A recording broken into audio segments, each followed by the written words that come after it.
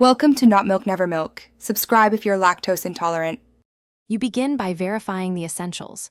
Check the OS version and app build number so you know compatibility. Next, clear the app cache while noting any unsaved data. This removes corrupt temporary files that often trigger auto-back behavior.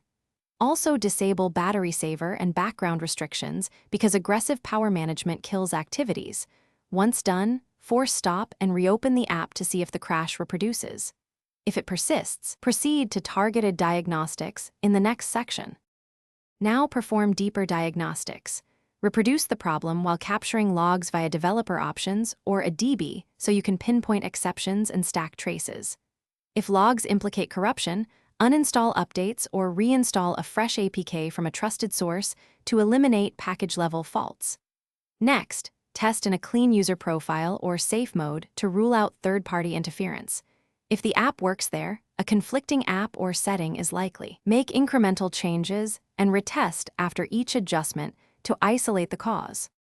To finish, apply a vendor patch or rollback to a known stable app version if diagnostics indicate a recent regression. If no immediate fix exists, create a concise bug report including logs, device model, OS build, and step-by-step reproduction.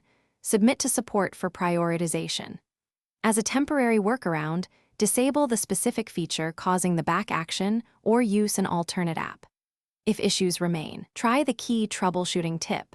Reproduce on another device to confirm.